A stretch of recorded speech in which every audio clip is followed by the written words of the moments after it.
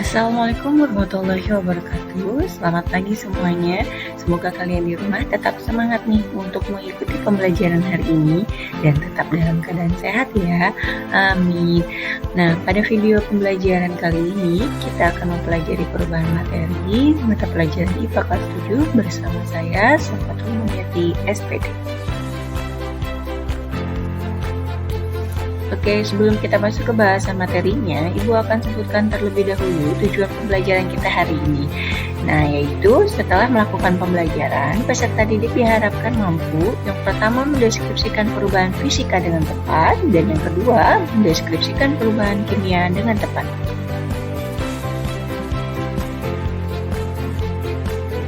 Masih ingat tidak nih tentang pengertian materi itu apa ya? Tentunya arti materi yang dibahas pada pertemuan kali ini artinya bukan bahan pelajaran ya, tapi merupakan istilah yang merujuk pada benda atau zat. Suatu benda disebut sebagai materi jika memiliki massa dan volume. Materi sendiri memiliki 3 wujud, yaitu padat, cair, dan gas. Perhatikan animasi berikut ini dan kemudian temukan materi yang terdapat di dalamnya, baik yang berwujud padat, cair, ataupun gas. Perubahan materi dapat digolongkan menjadi 2 jenis, yaitu perubahan fisika dan perubahan kimia. Contoh perubahan fisika yaitu peristiwa es mencair, dan contoh perubahan kimia yaitu petasan yang dibakar. Dapatkah kalian membedakan kedua jenis perubahan materi tersebut? Untuk lebih jelasnya, yuk kita masuk ke pembahasan perubahan fisika dan perubahan kimia. Ya, sekarang kita masuk ke pembahasan perubahan fisika ya. Perubahan fisika itu adalah perubahan yang tidak disertai dengan pembentukan materi ataupun zat baru.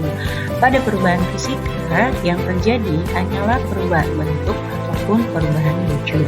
Selain itu, perubahan fisika bersifat reversibel atau dapat kembali ke bentuk semula dengan mudah. Nah, contoh dari perubahan fisika yang pertama adalah mencairnya es. Pada saat es mencair, tidak ada materi baru yang terbentuk. Materinya tetap sama, yaitu air. Hanya saja terjadi perubahan wujud dari padat menjadi cair yang disebabkan oleh adanya perubahan struktur penyusun materi. Peristiwa perubahan wujud yang lainnya dapat dilihat dari bagian berikut, yaitu masing-masing wujud dapat berubah menjadi wujud lainnya. Begitu juga sebaliknya. Ada yang bisa menyebutkan nama setiap peristiwanya? Berikut ini adalah contoh lain dari perubahan fisika. Pasti kalian sudah pernah nih melihat kejadian ini ya, yaitu pada saat kalian ataupun ibu kalian memasak air atau memasak sayur. Pada saat air mendidih, terjadi perubahan fisika, yaitu perubahan wujud dari cair menjadi gas yang disebut dengan menguap.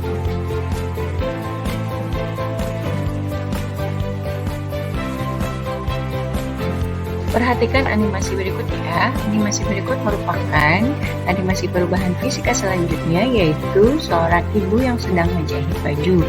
Pada saat menjahit, tidak ada materi baru yang terbentuk. Yang terjadi hanyalah perubahan bentuk nih, dari selembar kain menjadi baju yang siap pakai. Berikut ini adalah beberapa contoh lain dari perubahan fisika, yaitu perubahan beras menjadi tepung beras, mencairnya lilin pada saat dipanaskan, pelarutan atau bercampurnya gula atau garam dalam air, dan proses pembuatan garam. Oke, berdasarkan berbagai contoh yang telah disebutkan tadi, mudah-mudahan dapat dipahami tentang perubahan fisika dan ciri-cirinya. Sekarang kita lanjutkan ke jenis perubahan kimia. Oke, sekarang kita masuk ke perubahan kimia.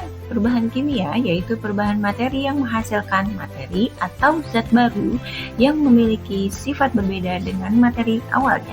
Contohnya pada pembakaran kayu, pada saat kayu dibakar, dihasilkan zat baru berupa arang yang berbeda sifat dan warnanya dengan kayu.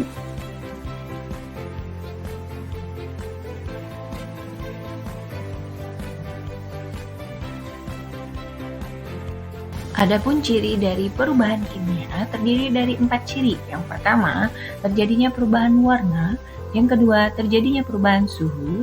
Yang ketiga, terbentuknya gas. Dan yang terakhir, terbentuknya endapan. Ciri perubahan kimia yang pertama yang akan kita bahas yakni perubahan warna. Ada beberapa peristiwa yang merupakan contoh perubahan kimia yang menghasilkan perubahan warna. Di antaranya seperti animasi berikut, yakni seorang ibu yang sedang memakan apel tiba-tiba terhenti karena menerima telepon.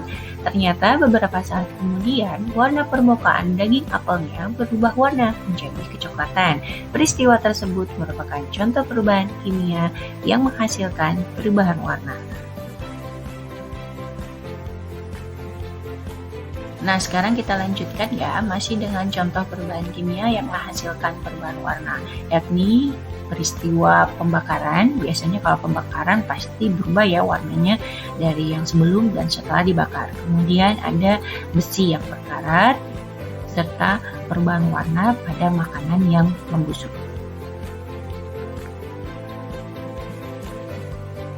Selanjutnya kita masuk ke ciri perubahan kimia yang kedua, yakni adanya perubahan suhu. Perubahan suhu yang terjadi dapat berupa penurunan suhu atau suhunya menjadi lebih dingin dan peningkatan suhu atau suhunya menjadi lebih panas. Contoh perubahan kimia yang mengalami penurunan suhu atau yang mengalami perubahan suhu menjadi lebih dingin yakni fotosintesis. Apa itu fotosintesis? Ya, fotosintesis adalah proses pembentukan makanan oleh tumbuhan hijau dengan bantuan sinar matahari. Adapun contoh lainnya dari perubahan kimia yang menghasilkan perubahan suhu yakni peristiwa pembakaran. Pada saat peristiwa pembakaran, suhu di sekitarnya akan menjadi lebih panas atau menjadi lebih hangat. Begitu juga dengan proses pembuatan tape singkong yang berasal dari singkong yang diberi ragi atau disebut juga dengan proses fermentasi. Pada proses fermentasi terjadi peningkatan suhu sehingga suhu tapenya menjadi atau suhu singkongnya menjadi lebih hangat. Ciri perubahan kimia yang ketiga adalah terbentuknya gas. Contoh perubahan kimia yang menghasilkan gas yaitu pada saat kita melarutkan suplemen vitamin C dosis tinggi ke dalam air, maka akan terbentuk gelembung gas dalam airnya. Kemudian contoh berikutnya yakni pada pencampuran soda kue dengan asam cuka. Hal ini dibuktikan dengan percobaan botol yang ditutup dengan balon di mana di dalamnya dicampurkan soda kue dengan asam cuka. Pada mula-mula balon tersebut kempes, namun setelah beberapa detik kemudian balon tersebut menggelembung.